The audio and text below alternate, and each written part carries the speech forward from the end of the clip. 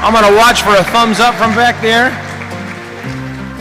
And here we are. We're live all over the world. How's that? Listen, on behalf of the International Storytelling Center, proud producer of the National Storytelling Festival, I want to welcome our online viewers to the 52nd Annual National Storytelling Festival. And how about a hand for those folks? You're joining audience members right here in Jonesborough, and of course that brings together an audience represented from all 50 states and internationally as well, and we're just thrilled that every one of you that's with us is with us today. And our free festival live stream, of course, is made possible by the Niswonger Foundation, Mary Brew, and Bright Ridge Broadband. How about a hand for those great sponsors? Yeah. And this tent, the library tent, is sponsored by TVA Energy Right, making life better in the Tennessee Valley region through energy-saving resources and programs. How about a hand? And now, how about we introduce some storytellers? Are you ready for that? All right. My favorite one. Listen, y'all think you're cheering like you ought to cheer, but there's a little person right here who, when I said, how about we introduce some storytellers, she stuck her arms right up in the air and said, yeah, yeah, yeah! That's the way it's done, right? That's the way it's done. Well, we want to bring to the microphone right now Dovie Thomason. Now, any Dovie fans out there? Yeah, I'll tell you. Dovie has a bio that includes all kinds of letters. The letters PBS are in her bio. She's done work for PBS.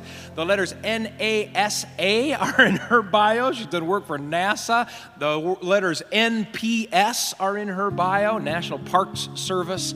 And she's just been such a great force for storytelling for so very long. And I'll tell you, she was one of my very first favorites. When I first started paying attention, a Dovie Thomason story would make the world at the same time bigger and smaller. Her bio is 2 pages of single-spaced information, but she has interjected in there a little arrow pointing to one sentence that she likes as her introduction. And that sentence is, Dovie Thomason is a storyteller. Ladies and gentlemen, make her welcome, Dovie Thomason.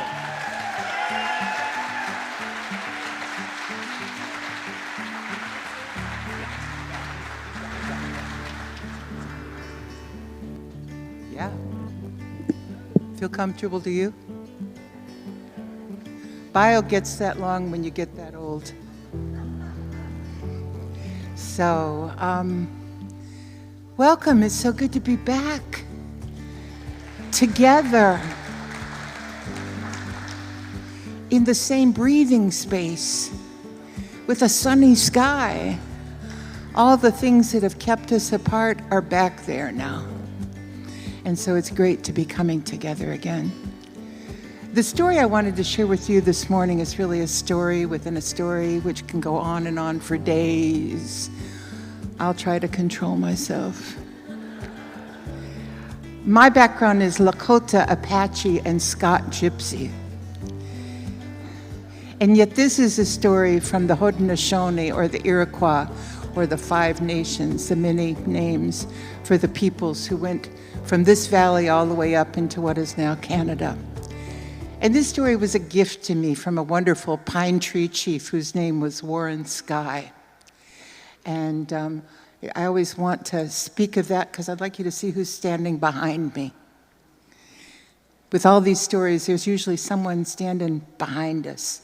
It might just be a wife or a husband, a partner, a child who's, watching what you're saying about them, but there's always somebody behind us because stories remind us that we're all connected. There was a boy who lost his father. And what a great sorrow for him and for his mother. So great a sorrow that his mother could not live among the people. She wanted to be apart, alone, to grieve, to heal, to grow, not to be reminded every day. And so she and her son built a small round house in the forest. Well, grief is a slow thing. Grief takes many seasons, many different ways. And for the boy, his mother's grief was exceedingly slow and a heavy thing. She never laughed. She seemed to never smile. All he wanted was his father back, his mother laughing, his family as it was, but it was not to be so. So the boy tried to grow up fast. He took the 4 arrows his father had made for him and the little tiny bow he had strung for him, and each day he would go out and he would try to hunt as his father would have hunted, bringing home meat for the pot, because honestly, he was getting so tired of bean soup. But that little boy, he didn't use those arrows. He was not a skilled hunter, and he had only 4 arrows he could not replace if anything happened to any of them. And so there was no meat in the pot, and there was no laughter in the house. And so the boys started wandering and walking further from that little round house each day, hoping to bring back something that would make his mother smile. Well, one day as he was out walking, he saw a squirrel on a rock in the distance, not a great distance, a near enough distance, and the boy moved slowly, so slowly the squirrel did not react. He got his bow up, he notched his arrow, he pulled it back, let loose that arrow, and that squirrel seemed to laugh before he jumped off that rock and out of sight, and the arrow hit that rock and shattered. Now the boy only had 3 and no meat for the pot. Now, if possible, he felt worse than he'd felt when he'd left the house. And so he went deeper and deeper into the forest, walking and walking. He could not go home. He could not tell his mother of this next loss, this great loss. He could not face another night of that fire, that soup, that alone, that sorrow. And so he walked and walked until he could tell by the light in the sky, the angle of the light, that the day was drawing near to an end, and he had to turn toward home. And so he did. He turned toward home, but his feet were walking slowly, as sad feet will walk. And as he scuffed up the dirt in the forest, as he walked toward his home, suddenly he saw a bit of that last sunlight strike a great stone. A great stone, like the grandfather of all stones, huge and lit by that last light of the day. And the boy walked up to that stone, and he put his hand on that stone, and he could feel the warmth of the sun in that rock, and suddenly he just slid down beside it. He nestled up to it. He put his back against it. He could feel the warmth of that rock. It's soaking into his very bones. And for an instant, it reminded him. He remembered the warmth of his father, leaning into his father, the strength, the power, the comfort, the security of his father. And he leaned back into that great old stone, and he started to cry. He had not cried in front of his mother. His mother had cried enough for the both of them, and the boy wanted to spare her that. He wanted to be the grown man in the house, and so he had spared her his tears, but now he was alone with that great stone, and he was thinking of his father, and he started to sob and wail. Barely held back, and then it burst out of him like a flood, and he gasped, he choked, he sputtered, he wailed, he moaned, until finally, trying to catch his breath, when he heard, "Why are you crying, boy?" Because my father, he just, and the boy sobbed again, sobbing until suddenly, "Who's talking to me?" "You're leaning against me, and you don't know who I am. Take comfort here, boy. It seems you need it. You're in no hurry. Rest. Would you like to hear a story?" And the boy said, yeah. And the stone said, "I've just the story for you. It's an old one." And he started to tell a story. "In the time before this time, in the time before all time, there was no earth. This was a place of water, a great place of great water, nothing but water. But the people lived up above in the sky world. And in the sky world, there stood a great tree, a tree of all goodness, a tree of all knowledge, all wisdom, all peace, all patience, all kindness. And that tree stood in the center of a village, and it had white roots that spread out into the four directions and burrowed deep into that sky world. And in their village, there was a chief, and his wife was about to have their first child. And each day she would go to that tree, as everyone in the village would go to that tree. It was a place of great comfort and calm and knowing and community. And so she would rest against that tree, and all of her friends and relatives and neighbors would be around her. It was a place of great gathering and joy. And one day, as she leaned against that tree, she fell asleep. She was great with child and easily tired, and it was so comforting. She leaned back against that tree and she fell asleep, and was scarce asleep for long when she heard a scream, and then another, and then a yell, and then a wail, and then a cry for help. And the great tree was fallen over, all the villagers running in every direction. A great hole in her world where the roots of that tree had been, for now the roots were pointing up and over and around. It was chaos, and she woke up. And she looked around, and it was quiet. It was calm. People were moving about. It was a terrible dream, a terrible dream. And that night when she went home, she told her husband about the dream, and he listened carefully, and then he said, "That's a bad dream. Don't think I like that dream. I don't think I like you having those dreams. I don't think those dreams are good for you or the baby. Nope, I'm going to protect you from that. I don't want you going there. I don't want you going to the tree anymore. If you dream by that tree, don't go to the tree." And she said, "You're silly." The tree did not bring the dreams. Sleep brought the dreams. The baby coming, the worries, who knows? It is a dream, it is a dream. "Husband, you cannot have me not go to the tree." And he said, "I would protect you." And she said, "I know." The next day she went to the tree.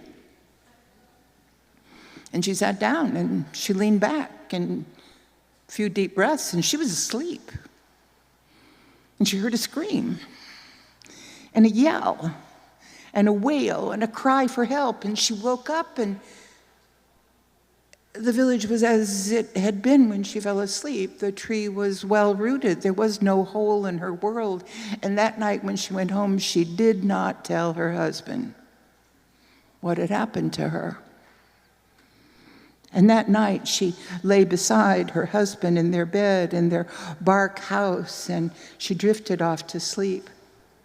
And as soon as she was deep into sleep, she heard a scream, a cry, a moan, a yell, a cry for help. And when she woke up, she heard a scream, a moan, a cry for help. Her husband had not heard what she had heard. She was up and moving quietly in the night. She moved in the night out of her little bark house into the center of the village and saw people on their knees, tearing their hair, holding their faces, looking up and about, frightened, terrified, screaming. And the roots of the tree, great white roots, pointed up and here and down and wrong, and there was a hole in the center of her world. She took a deep breath and walked to the edge of that hole. She knelt down and leaned over, looking down through that hole. What had happened? What had become of her world? What was beneath all of this? What was the cause of all of this? She wanted answers, and she leaned over looking, and all she saw was something moving far below. And she leaned closer, not knowing what she was seeing, and she held on to one of the roots, and she grabbed hold of the edge of her world, flowers and shrubs, a bit of grasses, holding on as tightly as she could, but the weight of her body, great with child, she lost her balance and tumbled and fell through that hole in the world. Far below in that world of water, there swam a great turtle. the eldest of all the turtles in the world. And that turtle looked up and said, "Someone is coming, fast, needing help." And the geese looked up and said, "We'll do it." And they beat the air with their wings, and they lifted up off the water as the geese may do, and they lifted up, got higher and higher, and they saw this. It is not a star. It is a woman. She's in trouble.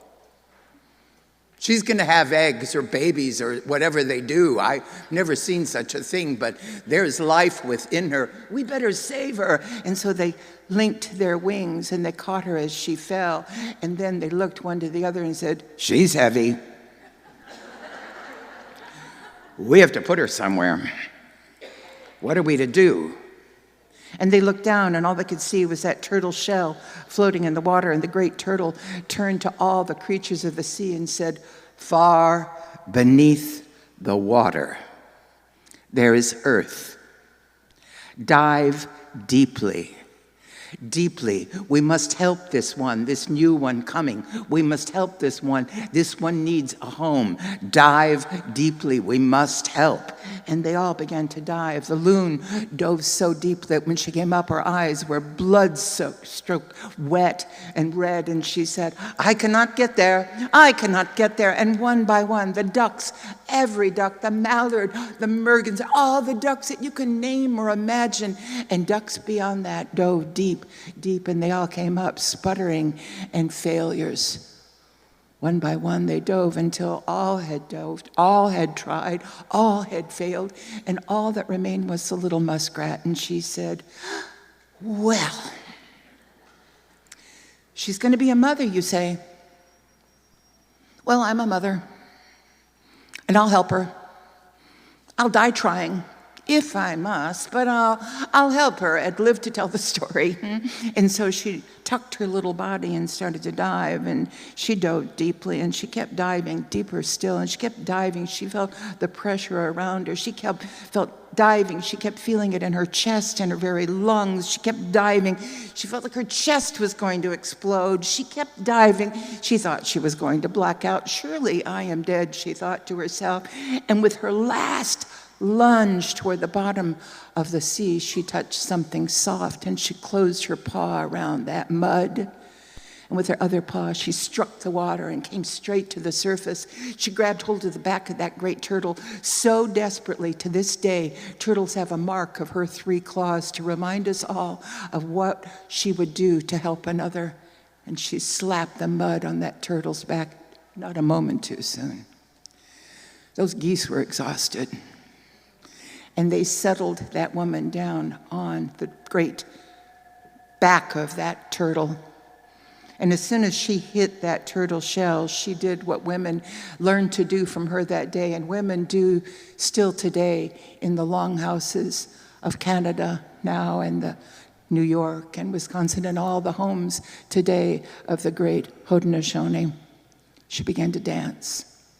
It's a dance called the woman shuffle. Your feet do not leave the earth. You're that grateful to have it beneath your feet. And you shuffle from side to side, your feet never leaving, shuffling.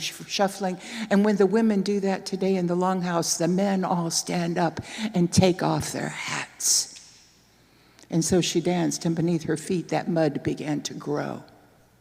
And it grew and stretched around her, and she kept dancing, and she danced a meadow, and then she danced a valley, and then she danced a foothill, and then she danced another valley, and then another hill, and then she started to dance a mountain, and she looked around, and she had danced enough earth from that mud brought up by that mother muskrat that she'd made a home for countless generations. And then she relaxed. And when she relaxed, her hands unclenched, and from them fell seeds and roots and stems and cuttings and bits of that great tree of all goodness and flowers and foods, and they hit that soft, fresh earth, and life began on this earth on Turtle's Back, this place called by many Indigenous peoples Turtle Island. where you make your home. Now, when the stone finished that story, the boy just smiled. He was half asleep, but more awake than usual, as it can be when you are listening to stories sometime. And he said, "That was a really good story." And the stone said, "Thought you'd like it. I'm going to tell my mother that story. It's better than a squirrel in a pot. I think she'll like it. It won't feed your belly, but you won't notice the hunger quite the same way." And the boy stood up, and as he started to walk away, he said, "Oh, wait. Your story was a gift. There must always be a gift for a gift. That is how I was taught." And he took his little broken arrow, and he laid it on the stone, and he said, "Made for me by my father." "Well made it is," said the stone, looking at that bit of stone on the end of that stick. And the boy went home, and he told his mother that story. And she smiled a little as she stirred that bean soup. And the next day he went hurrying back to the stone, and he said, Guess what? And the stone said, Tell me. For that is a call for story. Guess what? Tell me. And the boy told him what had happened with his mother, and the old stone said, Would you like another story? And the boy said, Yes. And the stone told him another story, and the boy had brought a gift. It was a little bit of rabbit fur that he had left from a rabbit long eaten, a rabbit long ago hunted by his father, and he put it on the stone, and he said, A gift for a gift, grandfather. And the old stone said, You are a gift, grandson. And the boy went home, and he told his mother that story, and time went by as it does. Seasons passed as they do, and that boy was soon a young man, and still he went to the stone, and still the stone told him stories, and still the boy would go home and tell those stories to his mother. And time would pass, and his mother's grief seemed to lighten, and the boy's aim got a bit better, and soon he had those 3 arrows. Soon he was able to make arrows of his own, looking at his father's work. Now he had the thinking, and he had the skill. He notched and fletched points for arrows, and he hunted, and there was meat in the pot, and the grief was lightening in their hearts. But still he went to the old stone. Now he was near a man, and he would come sit by that stone, and he would say, Greetings, grandfather. And the old stone would say, Boy, who is nearly a man? Would you like a story? And the boy, who was nearly a man, said, Of course, grandfather, always a gift from you, a story. And so the stone would tell the boy, now a man, near a man, a story. And the man, once a boy, would leave a gift on that stone, and he would tell the story to his mother. Until one day he was a man full grown, and he came to the stone, and he said, My life is changing, grandfather. Soon I will be a man with a wife. That is good, boy, who is a man who will soon, this is a good story. Would you like one from me? And the boy, now a man, said, Of course I would like a story. And the stone told him a story, and seasons came, not too many this time, when the man, now a man full grown, now a man carrying a son in his arms, walked through the forest, stood before that great-grandfather's stone and said, Grandfather, I stand before you now, a man with a boy of his own. Boy who is a man with a boy. I love that. Would you like a story? And the boy who was a man leaned against that stone and said, Always, grandfather. Always I would like another story. And the stone began to speak. And the boy, now a man, leaned back into that stone. He felt the warmth of that stone in his back. He remembered that day. Long years passed, and he held his son close to him, and his son nestled into his father's chest. And the man, now a man with a son of his own, held his arms tightly around his son and listened as the stone spoke. And when the stone finished, the boy, now a man, stood up and took a great deer robe and spread it over the stone and said, You need no protection from the cold of the seasons, but I give you this gift. A gift for a gift, grandfather. And the stone said, "That is a good gift. But I need to tell you, that was the last story. There are no more stories. I have told them all to you. Now it is up to you to tell the stories not just to your mother, but to the next generation." And the boy, now a man, full grown, with a generation new, carried the stories home and told those stories to his son, who grew to be a man, who grew to tell the stories. And so the stories are told. The stories of the stone, the stories in the beginning, the stories of the time before time, as they were told to me, and as I have now told it to you. Thank you.